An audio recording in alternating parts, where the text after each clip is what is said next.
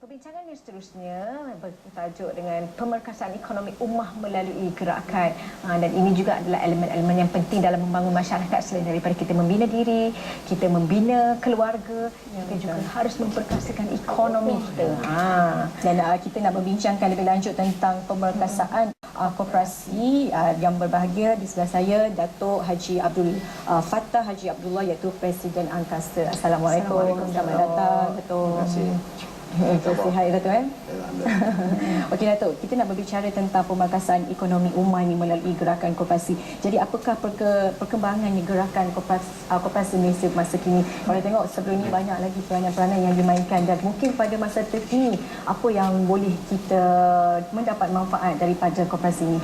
Tadi kita baru bercerita pasal buku menjadi kebahagiaan. Sebenarnya antara elemen penting adalah kestabilan dari segi ekonomi. Ya, betul. Jadi dalam konteks ini memang sektor koperasi adalah salah satu daripada sektor yang boleh membantu menyumbangkan kepada pembangunan ekonomi negara. Sekarang ni kalau lihat statistik yang terkini yang dikeluarkan oleh Suruhanjaya Koperasi, sekarang ni dah ada 11,000 buah koperasi ditubuhkan di seluruh Malaysia yang didaftarkan oleh Suruhanjaya Koperasi, dengan jumlah anggota seramai kira-kira 8 juta orang, mana 36% daripada rakyat Malaysia adalah ahli koperasi.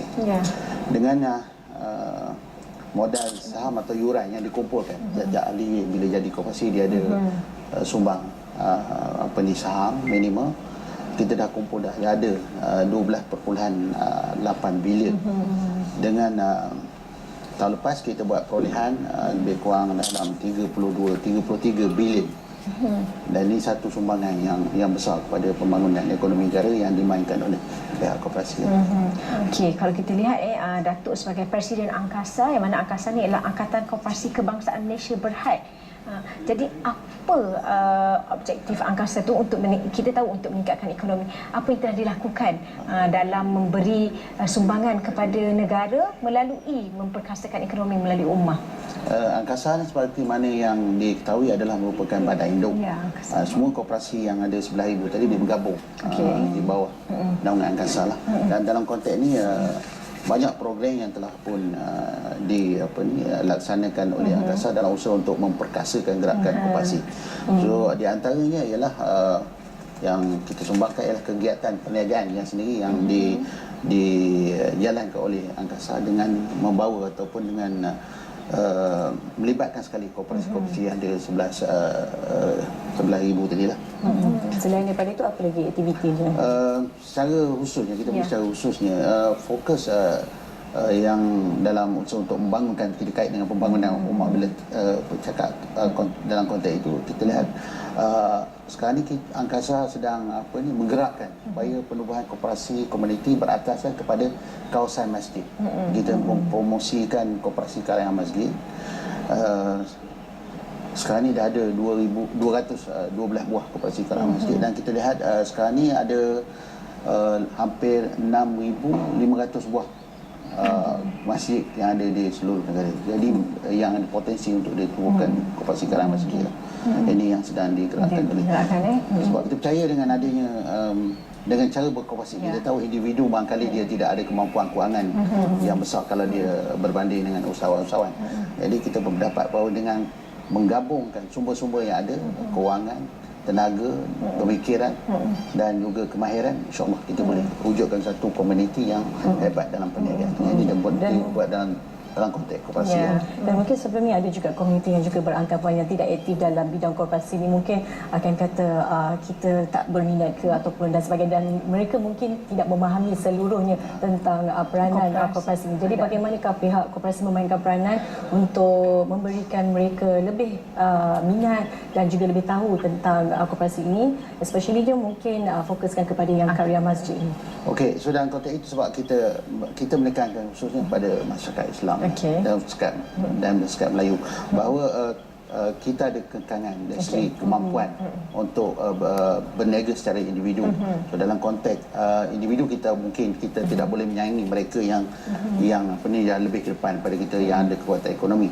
So dengan cara berkooperasi lah, bergabung. Masa saya sebut tadi bahawa ini boleh kita gerakkan. Kita percaya kalau sekiranya ini dapat dilaksanakan, ia akan melihat satu gerakan yang memberikan kesan yang cukup besar kepada mencorakkan kegiatan ekonomi negara.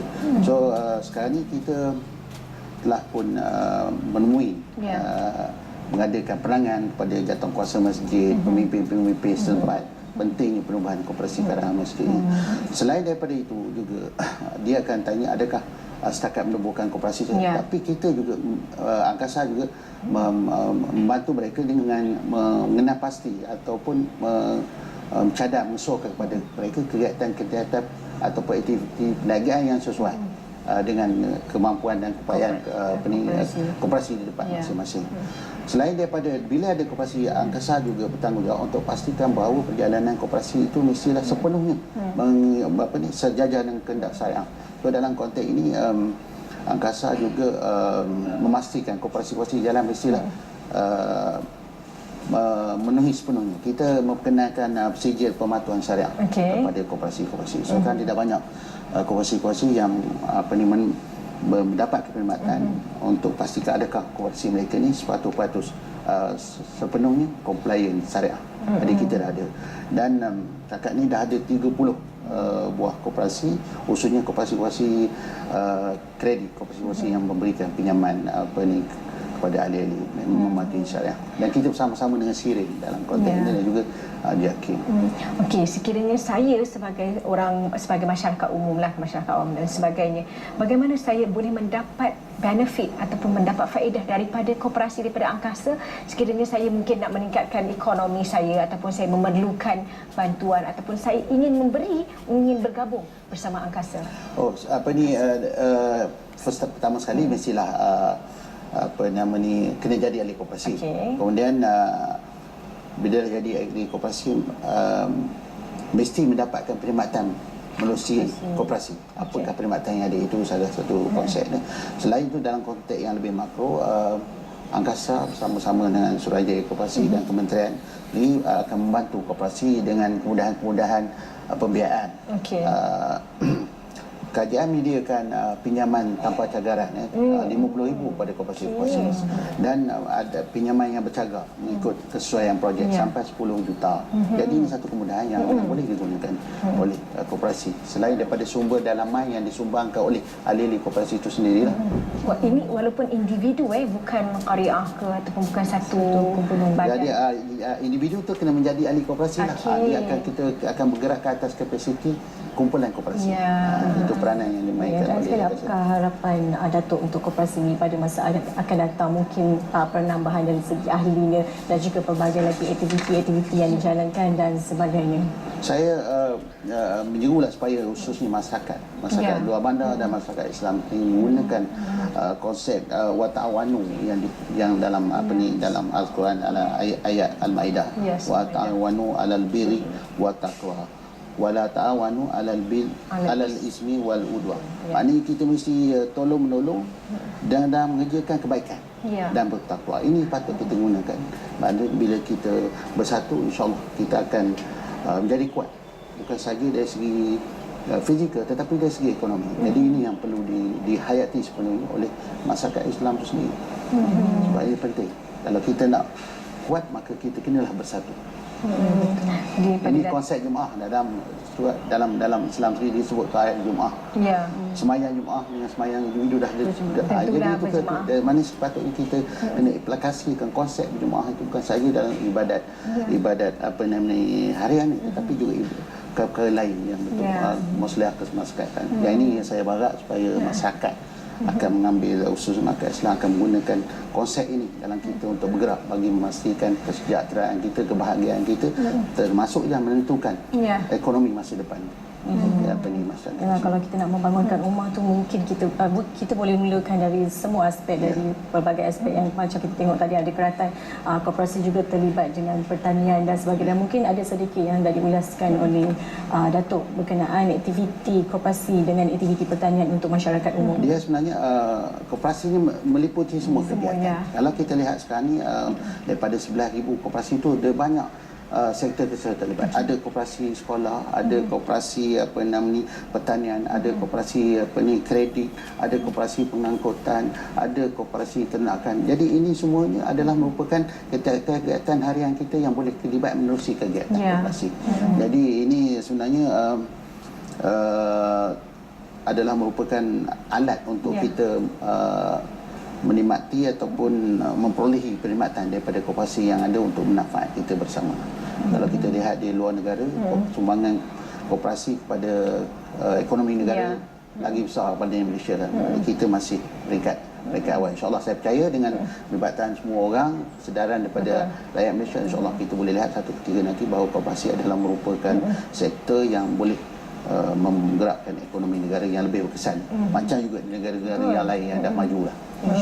Betul, itu dia. Saya rasa satu usaha murni yang tidak boleh dipandang enteng dan sebagainya. Kerana apa? Kerana kita untuk menggerakkan ummah, kita perlu memperkasakan ekonomi kita. Kadang-kadang jangan jadikan alasan tak boleh nak berdakwah because of kita tak ada money, kita tak ada ekonomi tak stabil dan sebagainya. Jadi ini peluang dah diberikan, maka inilah masanya untuk kita memperkasakan ekonomi kita demi untuk ummah tercinta, insyaAllah. Kita ucapkan terima kasih kepada yang berbahagia Datuk Haji Abdul Fattah Haji Abdullah kerana bersama dengan kami. InsyaAllah kita mendoakan semuanya yang terbaik dan dipermudahkan, dan kita sama-sama Amy boleh mendaftar untuk jadi angkasa koperasi. Pastinya ada ganjarannya. Betul, insyaAllah.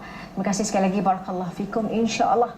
Dan semoga usaha ini semua akan diberkati oleh Allah SWT, dan kita sebagai umat Islam akan terus berdaya saing untuk meningkatkan ekonomi kita, insyaAllah.